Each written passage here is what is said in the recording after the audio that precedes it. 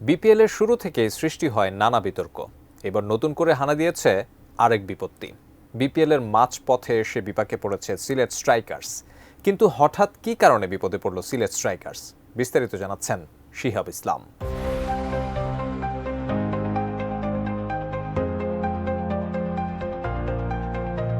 কাগজে কলমে তুলনামূলক শক্তি কিছুটা কম হলেও চোটের আক্রমণে সিলেট স্ট্রাইকার্সের অবস্থা আরও নাজুক হয়ে পড়েছে।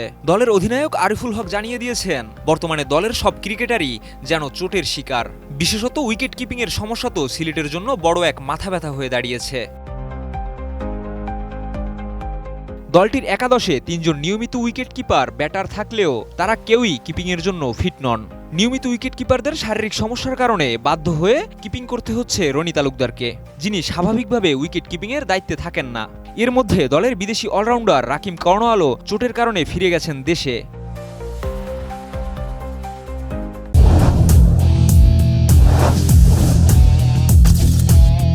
আরিফুল হক আক্ষেপ করে বলেন, আমাদের দুর্ভাগা মনে হচ্ছে। রাকিম পুরো মৌসুম খেলতে এসেছিল, কিন্তু সে চোট পেয়ে চলে গেল। এখন সব খেলোয়াড়ই ইনজুর্ড, কোনো ব্যাকআপ ক্রিকেটার নেই, ভাঙাচোরা দল নিয়েই খেলতে হচ্ছে টুর্নামেন্ট। উইকেট কিপিংয়ের পরিস্থিতি আরও জটিল হয়ে দাঁড়িয়েছে। জাকির হাসান, জাকের আলী অনিক এবং মানজির মতো নিয়মিত কিপাররা কেউই চোটের কারণে মাঠে নামতে পারছেন না। এমনকি তানজিম সাকিবও হাঁটুর চোটে মাঠের বাইরে, ফলে দলের পেস বোলিংয়েও কমে গেছে শক্তি। আরিফুল আরও বলেন, তানজিম সাকিবকেও চট্টগ্রামে আমরা পাচ্ছিলাম না তার হাঁটুর সমস্যার কারণে। আজকে নাহিদকে খেলানোর কথা ছিল, কিন্তু তারও পিঠে সমস্যা। সব ঝড় যেন একসঙ্গে আছড়ে পড়ছে সিলেট স্ট্রাইকার্সে। সিলেট অধিনায়কের মতে তাদের মাঠে নামানোর জন্য 11 জন খেলোয়াড় করাই এখন কঠিন হয়ে পড়ছে।